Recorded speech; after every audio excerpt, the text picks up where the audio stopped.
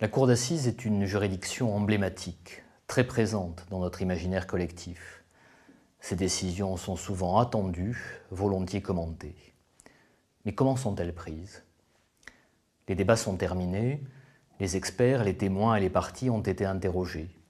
L'avocat de la partie civile a plaidé dans les intérêts de celle-ci, puis l'avocat général, c'est le nom que l'on donne aux représentants du ministère public devant la cour d'assises, a requis au nom de la société. L'avocat de la défense puis l'accusé ont eu la parole en dernier.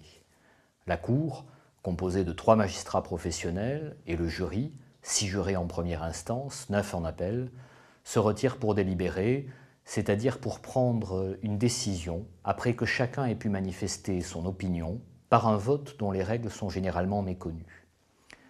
Nous allons examiner successivement les formalités qui précèdent les délibérations, les caractères généraux de celles-ci, enfin les modalités de ce scrutin si particulier.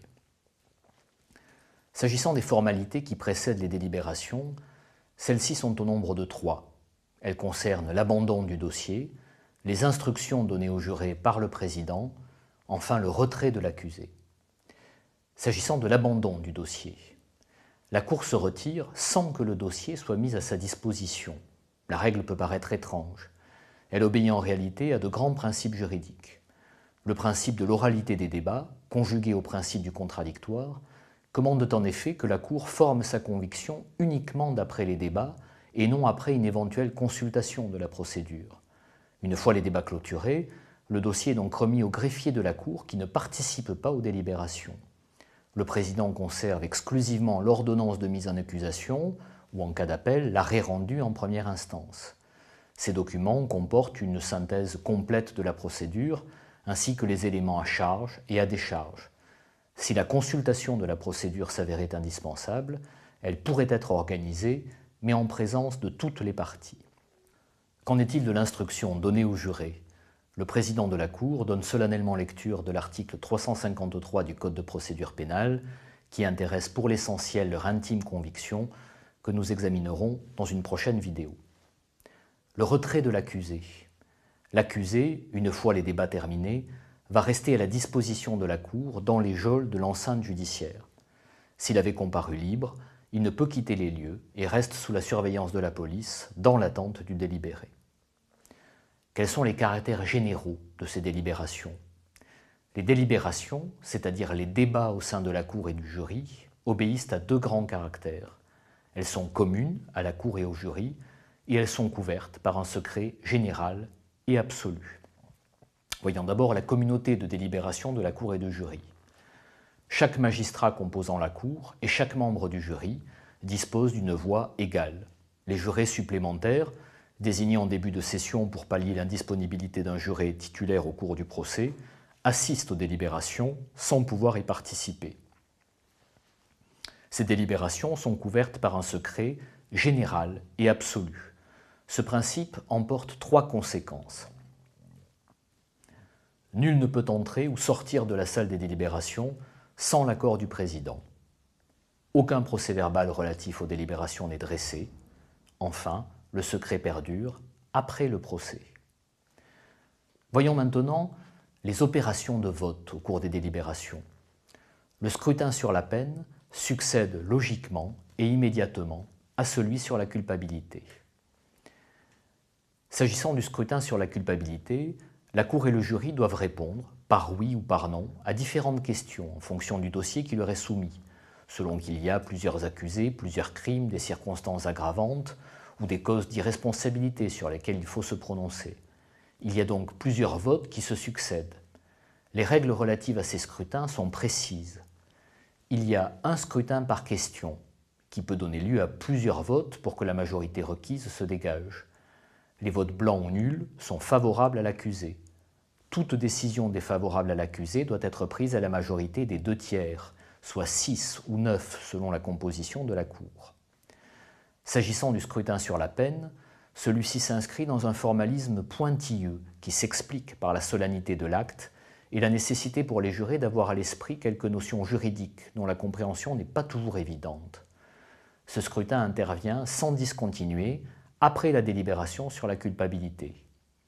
Il est précédé par la lecture et l'explication des articles du Code pénal relatifs aux fonctions assignées à la peine et aux critères de sa détermination.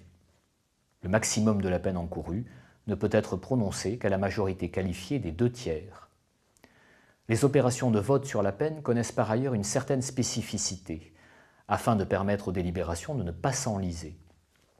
Si après 2 tours de scrutin libres, c'est-à-dire limités seulement par le maximum de la peine encourue, aucune peine n'a réuni la majorité des suffrages, qualifiés ou absolus, il est procédé à un 3e tour au cours duquel la peine la plus forte proposée au tour précédent est écartée, et ainsi de suite, jusqu'à ce qu'une peine réunisse une majorité.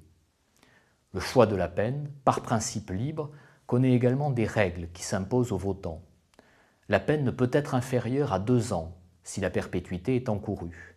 Elle ne peut être inférieure à 1 an si la réclusion à temps, c'est-à-dire une peine dont le maximum est fixé, est encourue.